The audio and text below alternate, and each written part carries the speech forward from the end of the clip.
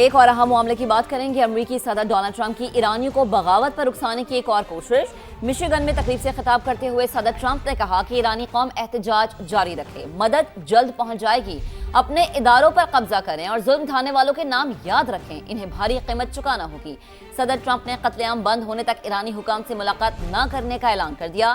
سابق ایرانی ولی عہد رضا پہلوی کہتے ہیں فوج ایرانی حکومت کے بجائے عوام کا ساتھ دے۔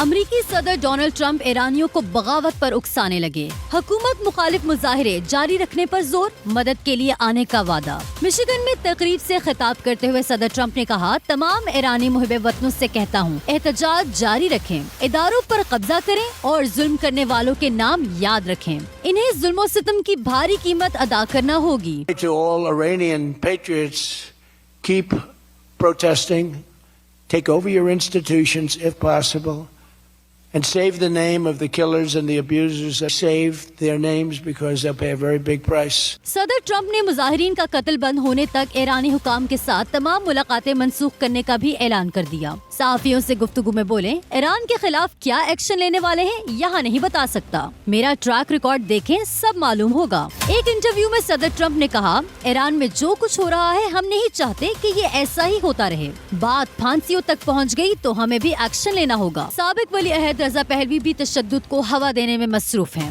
ایرانی فوج کے لیے پیغام میں ان کا کہنا ہے کہ فوج کو حکومت کے بجائے عوام کا ساتھ دینا چاہیے۔ ٹرمپ چاہتے ہیں ایرانیوں کے قاتلوں کے نام یاد رکھے جائیں۔ ایرانیوں کے قاتل تو ڈونلڈ ٹرمپ اور نیتن یاہو ہیں۔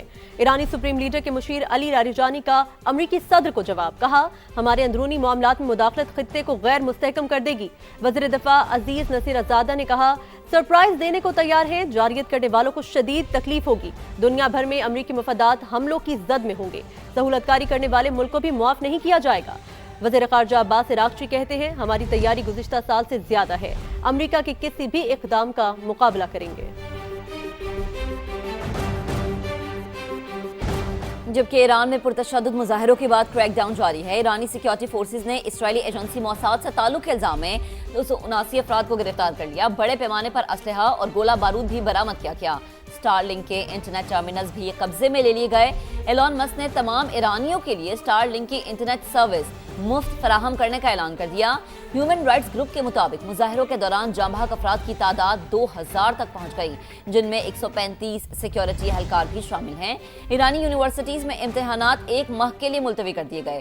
گزشتہ روز موبائل سروس جزوی طور پر بحال ہو گئی تھی، تاہم انٹرنیٹ سروس تاحال بند ہے۔ ایران پر فوجی حملوں کی دھمکیاں ناقابل قبول ہیں۔ ایران کے ساتھ تجارت کرنے پر ٹیرف عائد کرنا بلیک میلنگ ہے۔ روسی وزارت خارجہ کے ترجمان کا شدید رد عمل، کہا مصنوعی طریقے سے بھڑکائے گئے مظاہرے اب ماند پڑ رہے ہیں۔ قطری دفتر خارجہ کے ترجمان نے ایران اور امریکہ کے درمیان کشیدگی کم کرنے کی کوششوں کا اعتراف کیا۔ چین نے فریقین کو خطے میں امن و استحکام برقرار رکھنے کے لیے اقدامات کرنے کا مشورہ دیا۔ فرانس اور آسٹریلیا نے اپنے شہریوں کو فوری ایران چھوڑنے کی ہدایت کر دی۔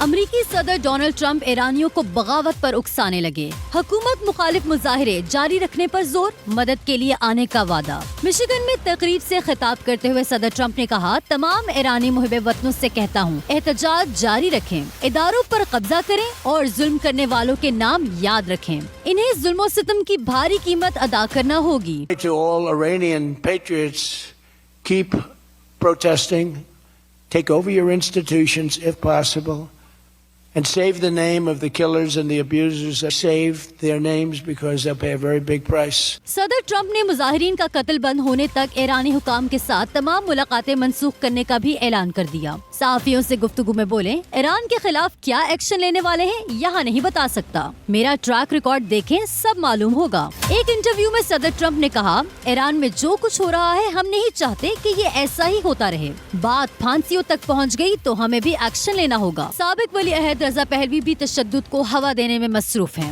ایرانی فوج کے لیے پیغام میں ان کا کہنا ہے کہ فوج کو حکومت کے بجائے عوام کا ساتھ دینا چاہیے۔